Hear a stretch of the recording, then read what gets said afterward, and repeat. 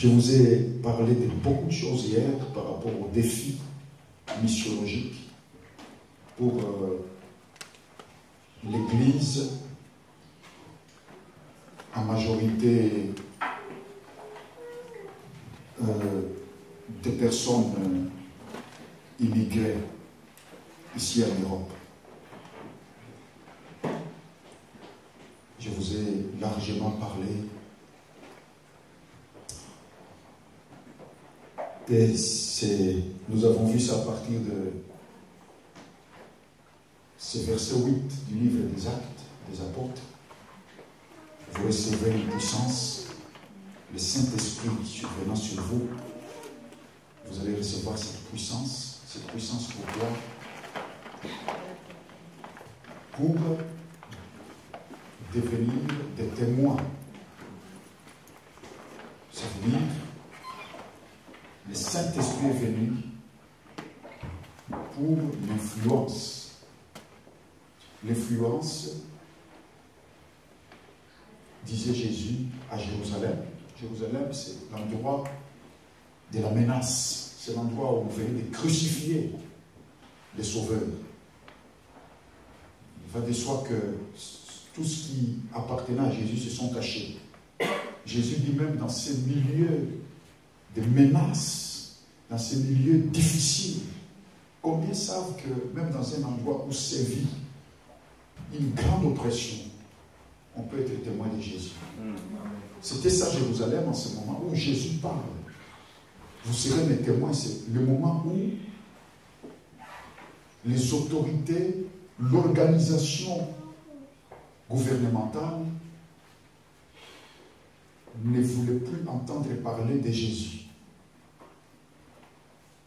Parce que n'oubliez pas que c'est l'État qui a crucifié Jésus. Et en plus, la religion officielle, les représentants de la religion officielle ont crucifié Jésus. Donc c'était un nom banni.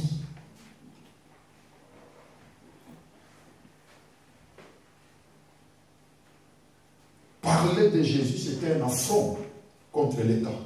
C'était une contradiction par rapport à ce qui était en apparence légal.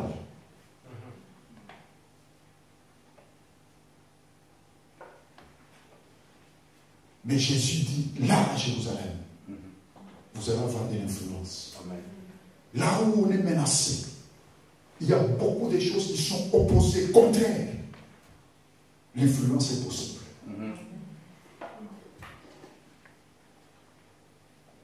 Jésus-Christ est capable de faire de toi une personne qui porte une extraordinaire influence, même là où on veut te tuer, même là où on t'en veut, même là où il y a beaucoup d'ennemis.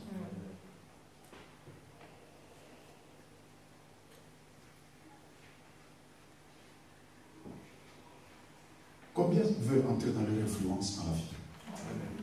Ça ne dépend pas de ce qu'il y a autour de nous. Et Jésus-Christ dit, vous serez mes témoins à Samarie. Samarie, c'est l'autre endroit. C'est l'endroit où, du point de vue culture, du point de vue tradition, du point de vue pratique, non seulement on est différent, mais on est dans une forme d'hostilité. Jésus-Christ dit que même dans ces endroits de coutumes, très éloignés des traditions, éloignés des cultures, éloignés où s'est installé un climat de concurrence avec la culture dans laquelle les gens de Jérusalem, les Juifs étaient. Même dans ces endroits-là, il est possible d'avoir de l'influence. Jésus-Christ dit là-bas, vous aurez de l'influence. Alléluia. Vous aurez de l'influence là où il y a une autre religion. Vous aurez de l'influence là où il y a d'autres dieux. Vous aurez de l'influence là où on a construit des bâtiments qu'on appelle mosquées.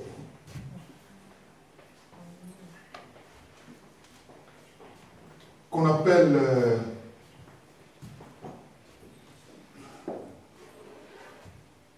de tous les noms qu'on peut les appeler, toutes les autres religions, les êtres humains qui appartiennent aux autres religions, Jésus est venu pour eux aussi.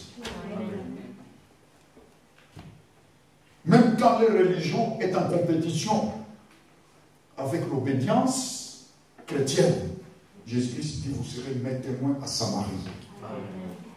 Vous serez mes témoins à Samarie. Vous serez mes témoins dans toute la Judée. Vous allez avoir l'influence au-delà de votre zone immédiate. Vous allez avoir l'influence au-delà de votre zone immédiate du point de vue culturel, du point de vue géographique. À des endroits où vous êtes complètement ailleurs, vous aurez de l'influence.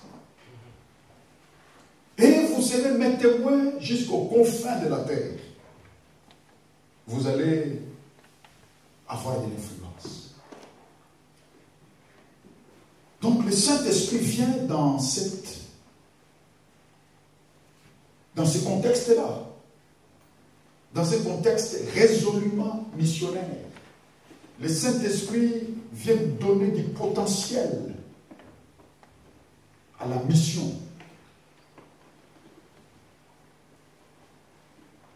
Dès lors, pour voir cette influence et voir ce potentiel de l'Esprit, cette puissance de l'Esprit, j'ai terminé hier mon message avec ce témoignage de comment le Seigneur, quand j'ai crié vers lui, avec un ami enfermé dans ma maison, pour que Dieu se manifeste, moi je voulais avoir une visitation d'ange. Je voulais avoir une grande lumière venir du ciel, entendre la voix de Dieu dire, je t'ai choisi.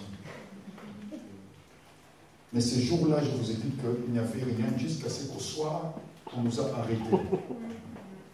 On nous a arrêtés parce que je n'avais pas mes papiers sur moi et parce que mon ami n'en avait pas. On nous a mis tout de suite au cachot. Et là, quand ce prisonnier a dit à ses amis, arrêtez, j'ai rêvé cette nuit précédente que 2 personnes sont venues nous parler de Jésus ici. Et que je leur ai parlé de Jésus, j'ai vu ces gars-là donner leur vie à Dieu. J'ai compris ce que le Seigneur voulait dire. Et le Seigneur m'a dit, si tu veux me voir, suis-moi là où je suis. Tu me verras. Suis-moi là où je suis, tu vas me voir. Suis-moi là où je suis, tu vas me voir. Un des grands problèmes pour lesquels on ne voit pas le Seigneur, c'est qu'on n'a pas l'oublier. Parce qu'il a dit, si quelqu'un veut me servir, qu'il me suive. Là où je serai, là où sera mon suiveur, mon disciple. Mais le verset qui précède ça, dans Jean 12, le verset qui vient juste avant, c'est celui qui voudra sauver sa vie, la perdra. Celui qui la perdra à cause de moi, la sauvera. Et le verset qui vient avant ça, parle des grains de blé, s'il n'est pas tombé en terre, il reste seul. S'il tombe en terre, il meurt. Il produira beaucoup de fruits. Et le verset qui vient avant ça, c'est le grec. Jésus opère tellement des miracles, ça commence à toucher le monde non juif. Et ce monde commence à s'intéresser à Jésus-Christ. On vient dire à Jésus-Christ, les Grecs te cherchent. Or, Jésus savait que ce n'était pas le moment. Parce que dans le plan de Dieu, qui sait qu'il ne faut pas seulement faire les choses, il faut les faire de manière juste. C'est pourquoi Jésus est allé se faire baptiser par Jean-Baptiste. Jean-Baptiste savait que ce n'était pas possible que lui, Jean, baptise celui dont il n'était même pas digne de toucher les chaussures. Mais Jésus a dit, laissons faire ce qui est juste. Ça veut dire, respectons le protocole de Dieu. Beaucoup d'enfants de Dieu ne sont pas bénis parce qu'ils ne savent rien du protocole de Dieu. Dieu avait décrété que c'est ces gens-là qui préparerait le chemin de son fils. Et le fils devait respecter ces protocoles. Tout en étant fils, eh bien, il devait accepter d'être endossé par le ministère des gens. Amen. Beaucoup de gens rentrent dans le ministère, mais ne savent rien de ce que c'est l'endossement. Et ce qui fait qu'on court avec une petite histoire. Parce que le ministère ne dépend pas que de l'onction qu'on a, il dépend aussi d'une onction véhicule. C'est comme quand vous êtes dans un train. Vous comparez à quelqu'un qui marche en dehors du train. Celui qui est dans le train, même s'il dort, il avance. Avec la vitesse du train. Mais celui qui est dehors, il ne dépend que de ses pieds. Quelqu'un qui ne dépend que de son onction.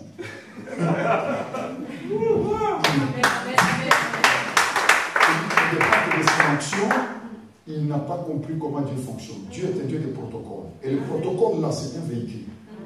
Si tu es fidèle à ce protocole, ce véhicule te porte. Jusqu'où tu vas arriver. Et c'est pourquoi vous verrez des gens qui ne semblent pas être très qualifiés, qui avancent beaucoup parce que leur relation avec les protocoles divins est très élevée. Par rapport à d'autres qui ont un esprit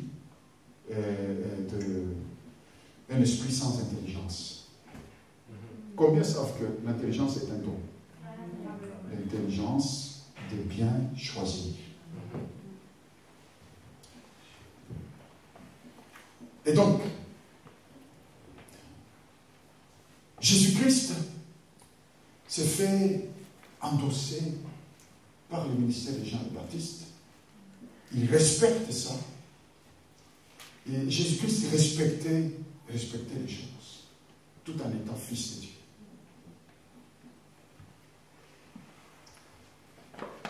Combien veulent être bénis ce matin, profondément?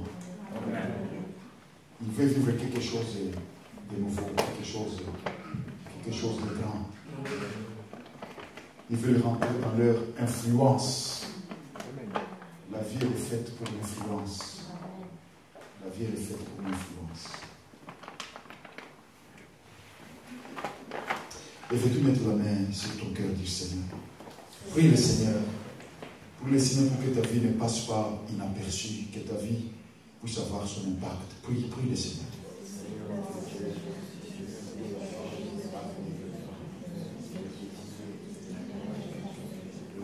Oh oui, Seigneur. Oh oui, Jésus. Que tu le fasses. Que tu le fasses. Que tu le fasses. Amen. Alors donc, le verset qui vient juste avant là, c'est que les Grecs cherchent Jésus. Il a tellement d'impact qu'au niveau national, il est très connu. C'est pourquoi sa mort, comme je vous le disais, était d'une grande popularité.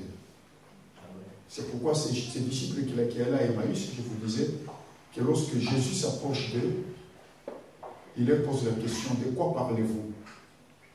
Ces gens-là étaient étonnés. Ils ont dit: tu es la seule personne qui ne sait pas ce qui vient de se passer. Autrement dit, dans toutes les bouches, on ne parlait que de ça. Tu es supposé savoir qu'on parle de cette mort-là. Jésus-Christ est quelqu'un qui est extraordinaire, papa. Amen. Il y a quelqu'un qui dit avec moi: j'aime Jésus. Jésus est extraordinaire dans tous les cas. Amen. Même dans la mort. Amen. Même la mort d'un torturé. La mort d'un crucifié. La dernière des morts. Même dans cette mort-là, il y a une grande popularité. Amen. C'est extraordinaire. Alléluia. Amen. Jésus est quelqu'un qui est extraordinaire. Il naît dans une étable, mais l'or vient. Amen. Amen. Le parfum le plus valeureux vient dans l'étable.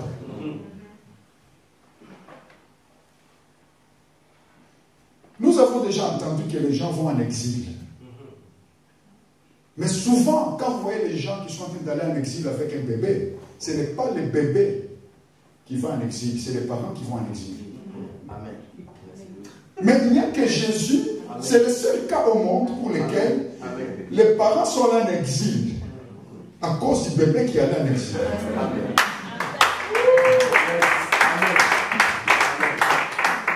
Parce qu'il est dangereux même bébé. Jésus a des problèmes politiques au berceau. Quelqu'un acclame pour Jésus.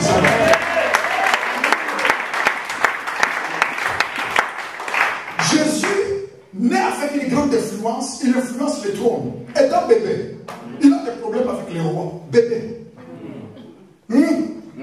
Si notre maître a influencé le monde étant bébé, quand on dit influencer le monde, ça va des vrais problèmes, pas des problèmes de job et d'emploi. C'est des problèmes nationaux, gouvernementaux. Je vous disais hier que Jésus, on l'a crucifié comme quelqu'un qui s'aimait la révolte, la sédition. Il était en train de créer des problèmes au plan national. Et on l'a accusé comme quelqu'un qui perturbait la nation. Et ses disciples, on les a souvent accusés comme des perturbateurs de l'ordre. Ceux qui bouleversaient le monde. Ils créaient des émeutes. Non parce qu'ils en étaient des créateurs, mais parce que l'œuvre qu'ils faisaient n'avait pas un impact souterrain. Ça avait un impact puissant dans la communauté des humains. Quelqu'un dit avec moi influence. Y a-t-il quelqu'un qui croit encore au Seigneur de l'influence, au Dieu de l'influence? Moi je crois que je parle à des hommes et des femmes qui sont porteurs d'une influence extraordinaire. Et qu'au nom de Jésus, le miracle de la prise de conscience s'opère ce matin. Et que vous y entriez glorieusement et vous y entriez puissamment. Dans le nom précieux de Jésus.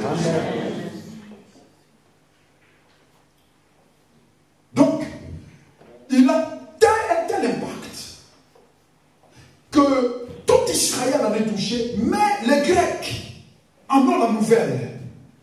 Et on vient dire à Jésus, les Grecs te cherchent. Mais comme Jésus respecte les protocoles, disais-je, il savait que pour que la bénédiction que Dieu avait promise à Abraham, de bénir toutes les nations en lui, atteindre les nations, il fallait que Jésus meure d'abord. C'est par la croix que le monde sera sauvé.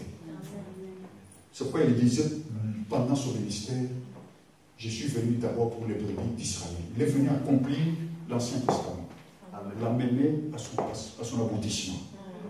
Amen. Amen. Parce qu'il fallait commencer d'abord par l'arbre.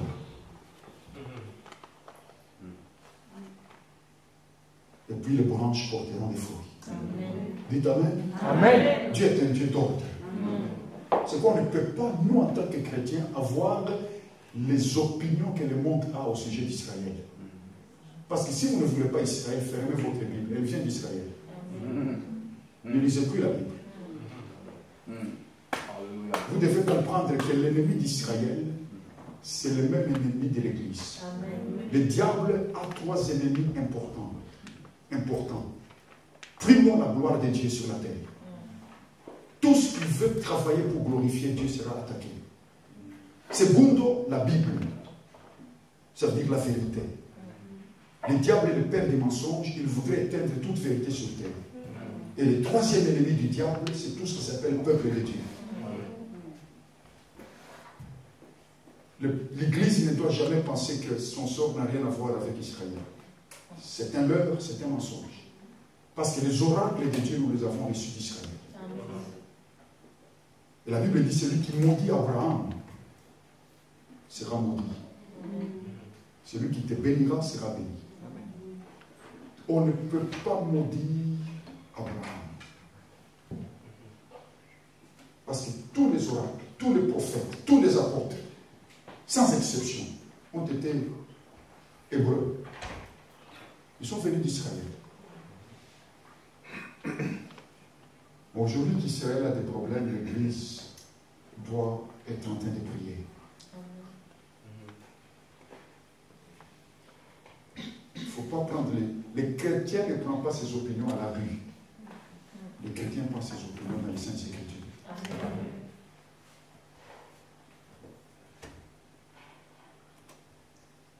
Alléluia. Amen. Les chrétiens ne prennent pas ses opinions à la télévision. La télévision n'est pas la lumière du monde. C'est Jésus-Christ la lumière du monde. Amen. Quelqu'un déclare un mot Amen. Amen.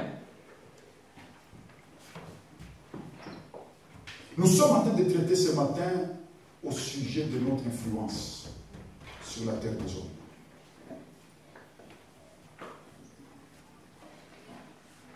Donc Jésus savait que Dieu avait promis à Abraham que toutes les nations de la terre seraient bénies en Abraham. Ça veut dire, le plan de Dieu n'est pas le plan de sauver Israël. Israël est juste un commencement. Le plan de Dieu, c'est sauver les nations, les peuples de partout. Toutes les nations seront bénies. Amen. Abraham, c'est le père de tous les croyants. Tous ceux qui vont croire entreront dans la bénédiction. Amen. Entreront dans les promesses. Alléluia. Mais cependant, du point de vue chronologique, Dieu avait opté, commencer par un homme. Cet homme devait avoir une génération. Cet homme a eu un certain Isaac. Amen. Dieu a béni Isaac, le fils de la promesse. Et Isaac a eu deux fils, Ésaü et Jacob. Et Jacob va devenir Israël. Israël va avoir 12 enfants, et puis finalement 12 tribus, et puis la nation d'Israël. Et la nation d'Israël va susciter des prophètes. Et avec les prophètes et les annonciateurs de la volonté de Dieu, Jésus-Christ va venir. Amen.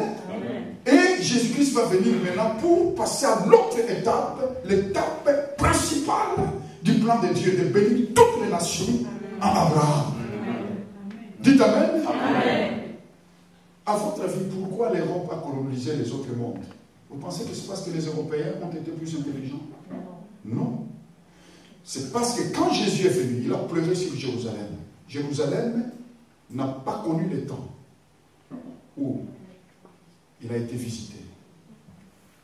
Ce qui fait que les siècles qui vont suivre, l'évangile, le seul continent au monde où l'évangile va se retrouver, ce sera quel continent? L'Europe. Un peu le nord d'Afrique pendant un temps, qui était très très visité. Il y avait un grand travail de l'évangile dans le monde à l'époque, le monde connu d'alors, dans tout le nord méditerranéen, en Afrique, mais spécialement en Europe, pendant des siècles, l'évangile, le paquet judéo-chrétien va construire l'essentiel de l'Europe. C'est dans l'église que l'art va se développer, les écoles, ainsi de suite, parce que Jésus-Christ a dit qu'il était la lumière du monde. C'est que le continent européen a reçu cette lumière. C'est vrai avec, cette religion a mis beaucoup d'autres éléments à l'intérieur, ça ce n'est pas notre souci, mais Jésus était quand même, il était quand même invoqué. Et comme il est la lumière du monde, l'Europe, par rapport à beaucoup d'endroits du monde, l'Europe a eu la lumière. Ce n'est pas parce que c'est l'Europe, mais c'est parce que l'Europe a pris quand même l'évangile. L'évangile, même quand il le prend quand même, il est plus puissant que le fétiche que tu prends beaucoup. Quelqu'un acclame pour Jésus.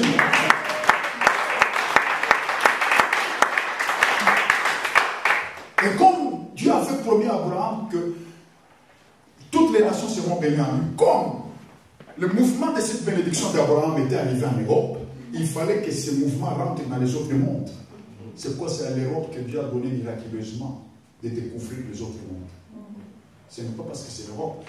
Nous ne devons pas lire l'histoire comme les païens le font. Vous savez comment les païens lisent l'histoire? Ils font seulement accumuler les événements les uns sur les autres. Alors l'histoire n'a pas de sens. Les chrétiens, quand ils lisent l'histoire, il y a un fil conducteur. Et les chrétiens voient qu'il y a un Dieu qui conduit l'histoire. C'est pourquoi il fallait que l'évangile se répande au travers de ces continents. Il aille partout. C'est pourquoi nous sommes en train de le prêcher.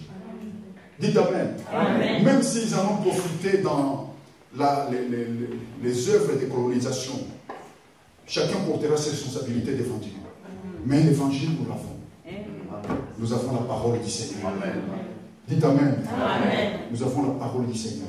Mais en tout cas, cette expansion de la bénédiction d'Abraham ne devait pas se faire du vivant de Jésus sur cette terre. Ça ne pouvait se faire que lorsque Jésus aura payé le prix à la croix.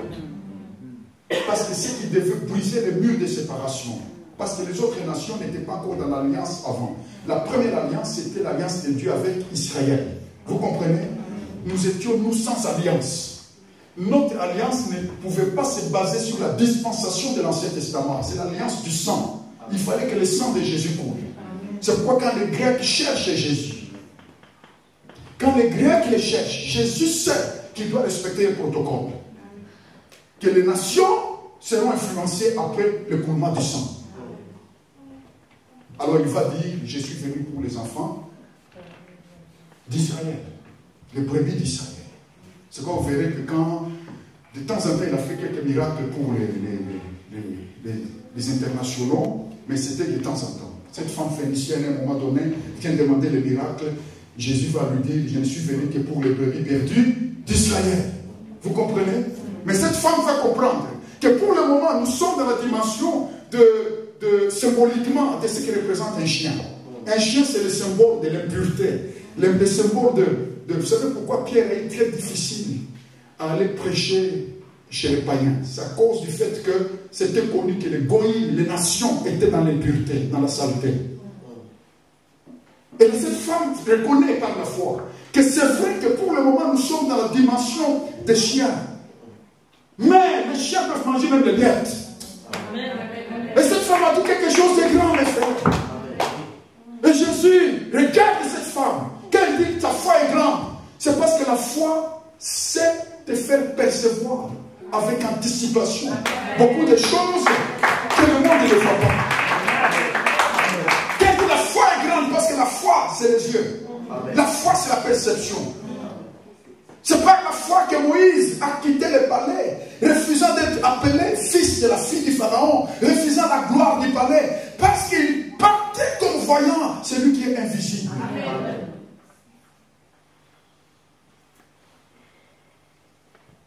La foi te fait voir ce qui est invisible. Et cette femme a vu que c'est vrai, que pour le moment, cette bénédiction-là n'est pas en nous. Mais il y a quand même des miettes. Une miette qui tombe de la table de Dieu peut faire plus que ce que de grands paquets peuvent accomplir. Oh, quelqu'un prend pour Jésus. Quelqu'un prend pour Jésus. Cette femme, vous pensez à cette femme qui souffrait d'hémorragie, 12 ans, sans solution. La Bible ne dit pas qu'elle a été aidée par les médecins, qu'elle a souffert.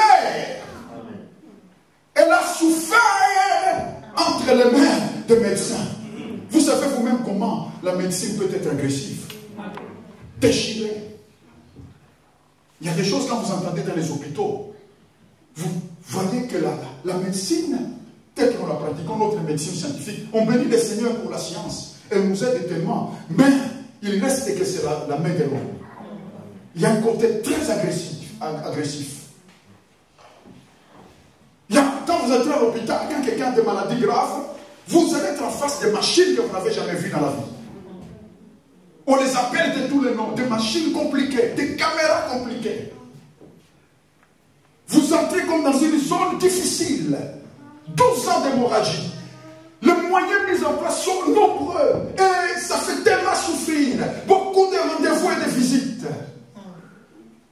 Et après, quand on a fait tous les examens avec des appareils compliqués, on donne une cure pour lesquels il faut beaucoup de courage pour suivre. Des paquets de médicaments. De gros moyens. Cette femme est en face des gros moyens du monde. Sans solution. Mais un jour, elle a touché juste un petit fil de la robe de Jésus. Tout était fini. Pourquoi? Parce que très peu de Jésus peut faire beaucoup que le monde ne peut pas faire. Une miette qui tombe de sa table peut accomplir beaucoup. On n'a pas besoin que Jésus s'agite pour qu'on ait des miracles. Et ils se sont agités toute la nuit, les disciples. Ils ont jeté le filet de tous les côtés. Ils se sont mouillés dans l'eau. Pas des poissons. Mais un matin, ils ont vu un gars au bord de la mer qui ne s'est pas mouillé. Quelqu'un dit, le mien n'a pas besoin de se mouiller. Quelqu'un dit encore, le mien n'a pas besoin de se mouiller. Quelqu'un dit, le mien n'a pas besoin de se mouiller. Amen. Un jour, Naaman était fâché contre Élisée parce qu'Élisée a dit, va te jeter à la mer. Naaman a dit, je pensais qu'il sortirait, il agiterait la main. Non, non, il n'a pas besoin de sortir, il n'a pas besoin d'agiter la main. Tout seulement une parole, un tout serviteur de servante nous réunissons comme ça, nous n'avons pas besoin que Jésus bouge beaucoup pour que ça marche. Amen. Un peu de Jésus peut guérir des gros problèmes. Amen. Cette femme a touché juste le bord de la robe de Jésus. Tout a été changé.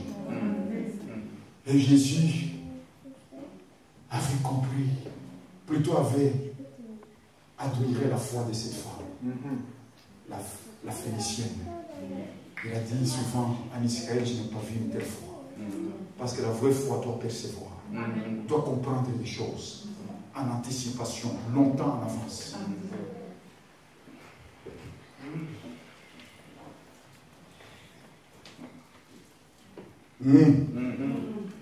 C'est pourquoi nous sommes là, vous et moi. Parce que j'ai compris une chose, mes frères.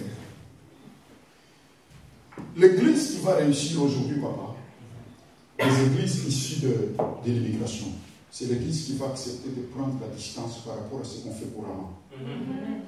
Mais pour prendre des distances, il faut payer un prix. Le prix de ne pas être compris. Le prix de ne pas être... Parce que sinon, vous voyez, les jours où Jésus a dit quelque chose qui n'était pas souvent dit, il est sorti des chemins balisés. On n'entre pas dans les grandes choses si on ne sort pas des chemins balisés. Amen. On ne doit pas faire les choses parce que, comme tous les immigrés le font. Nous sommes supposés faire les choses telles qu'elles ont appelé nos vies de la vie. Et payer le prix de ça. Et payer le prix de ça.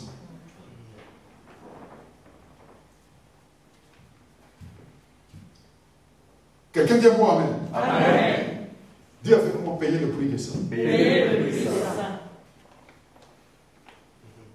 Si nous sauvons les Africains, ou les Antillais, ou je ne sais pas, enfin tout le monde d'ailleurs, nous les sauvons avec des grands costumes, et qu'ailleurs, on sauve les gens avec un pantalon jean.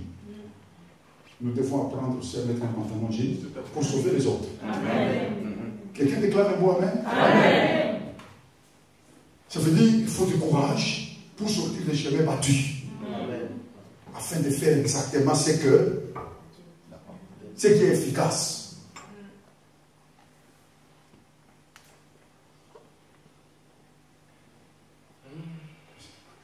Vous êtes resté très silencieux par rapport à ce que j'ai vu. Moi, je viens d'un monde où l'homme de Dieu, c'est quelqu'un qui a une grande cravate, c'est quelqu'un qui a un grand costume. Je ne suis pas contre ça, c'est l'homme de Dieu. Mais vous allez ailleurs, l'homme de Dieu, il est l'homme de Dieu avec une chemise. Alors la question, c'est qu'on choisit quoi? La question, c'est ça, maman, merci beaucoup. Il y a des choses qui sont indifférentes, on peut s'y adapter. Amen. Quand je veux prêcher en Afrique, je prends des grands costumes. Parce que sinon je ne serai pas homme de Dieu. Vous comprenez? Amen. Amen. Si en venant ici, je savais que papa était habillé comme ça, je ne serais pas venu avec mon costume.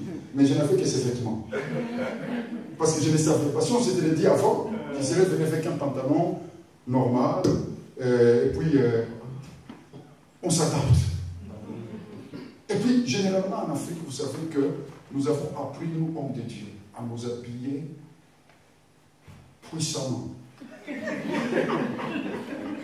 Vous savez pourquoi? Parce qu'il y a une génération de pasteurs qui étaient très pauvres avant nous. Ils avaient des chaussures lamentables. Ils avaient des pantalons médiocres. Parce que fait que quand nous autres, Dieu nous appelons au ministère, et que Dieu, les portes sont bien ouvertes, on a commencé à s'habiller par vengeance.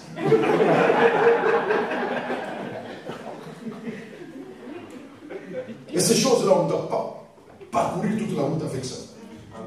Ce n'est pas la parole de Dieu, ce sont des traditions. Amen. Alors ça veut dire, si on n'est pas prêt, parce que les traditions ont un grand poids, si on n'est pas prêt à payer le prix, on ne peut pas entrer dans l'influence. Il faut accepter de prendre une distance qu'il faut en rapport avec ce qui est devant. Une personne d'influence ne marche pas avec ce qui est derrière, il marche toujours avec ce qui est devant. Qu'est-ce que je vais atteindre? Et on paye le prix pour ça.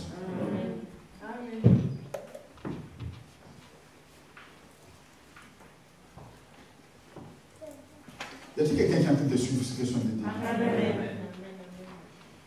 Alors mes amis, Jésus va dire dans cette parole de Jean 12, quand on vient de dire que les Grecs te cherchent, Jésus dit,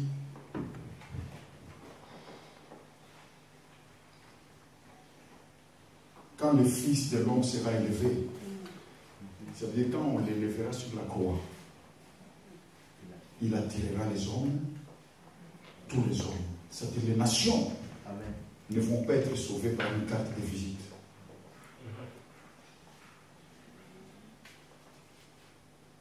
Les nations ne seront pas sauvées par YouTube, par Facebook. Il faut que le Fils de l'homme soit élevé.